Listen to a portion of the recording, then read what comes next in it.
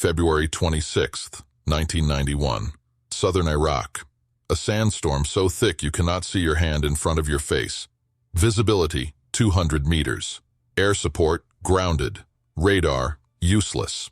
In these conditions, a U.S. Army captain named H.R. McMaster received intelligence that an entire brigade of Iraq's elite Republican Guard was positioned somewhere ahead of him in the darkness and the sand. He had 9 tanks. He did not wait for better conditions. He attacked. To understand what happened at 73 Easting, you need to understand what was at stake. In August 1990, Saddam Hussein's Iraq had invaded and occupied Kuwait, a nation the size of New Jersey, and Saddam showed no intention of leaving. The United States led a coalition of 34 countries and spent 6 months building the most powerful military force assembled since World War II. On February 24, 1991, the ground war began. What military planners expected to take weeks happened in 100 hours. But before it could end, one battle had to be fought.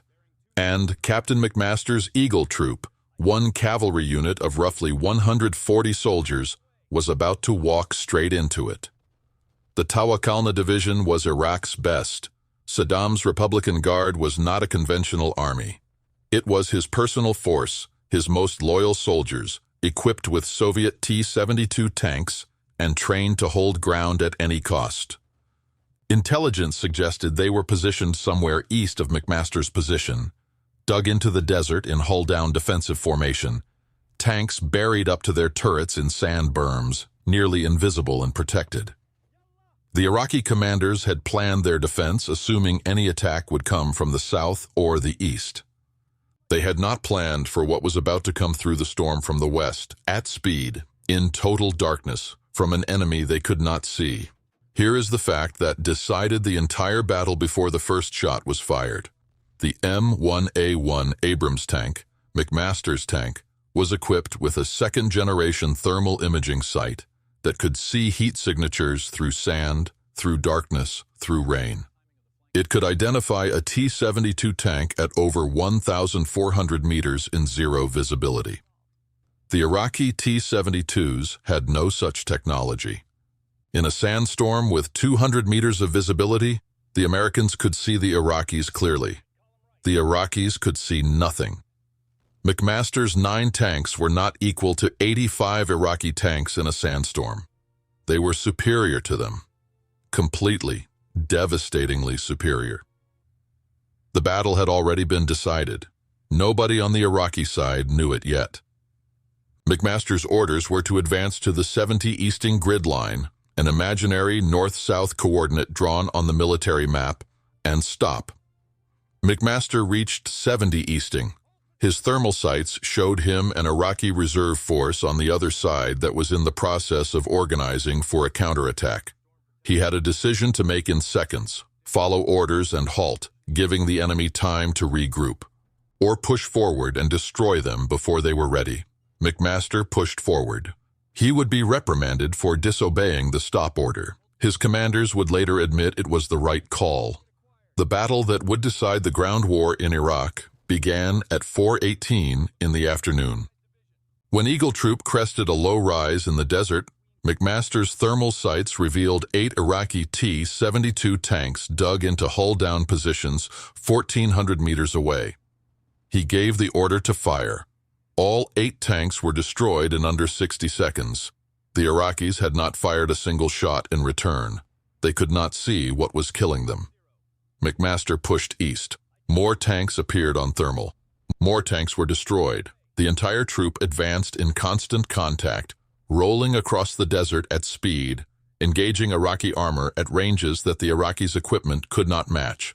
Iraqi soldiers fought back with extraordinary courage. This was not a collapse. This was a battle. But their courage could not overcome the fundamental problem. They were fighting an enemy they could not locate. In 23 minutes of continuous combat, Eagle Troop destroyed over 50 T-72 tanks, 25 armored personnel carriers, 40 trucks, and multiple air defense systems. Approximately 590 Iraqi soldiers were killed. 865 were taken prisoner, including the brigade commander. McMaster's Eagle Troop suffered 0 casualties. Not one American tank was lost. Not one Abrams was even seriously damaged. When the sandstorm cleared and the battle was over, the scene was extraordinary. Destroyed Iraqi armor stretching across the desert in every direction. The Republican Guard's 18th Mechanized Brigade, one of Saddam Hussein's elite formations, had effectively ceased to exist. Within 24 hours, the remaining Iraqi brigades in the area were gone. The first ground defeat of the Republican Guard had been delivered by one troop of cavalry in less than half an hour. Military historians would later call the Battle of 73 Easting the last great tank battle of the 20th century. It has been replicated in computer simulations hundreds of times by military strategists around the world, trying to understand exactly what happened. Every simulation reaches the same conclusion. The outcome was not determined by numbers. 9 tanks should not have destroyed 85. They did because one side could see in the dark and the other could not.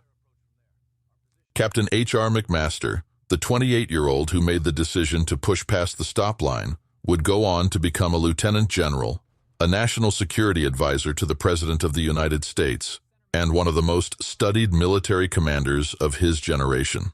He was reprimanded for the 73 Easting decision. Later in his career, he wrote about it. He said that uncertainty is not a reason to stop. It is a reason to act with the best information you have. 9 tanks, 85 tanks, 23 minutes, 0 losses. The Battle of 73 Easting was not a miracle. It was preparation meeting technology, meeting the decision of one commander who refused to wait. If you want more untold stories of American military history, follow. More coming every week.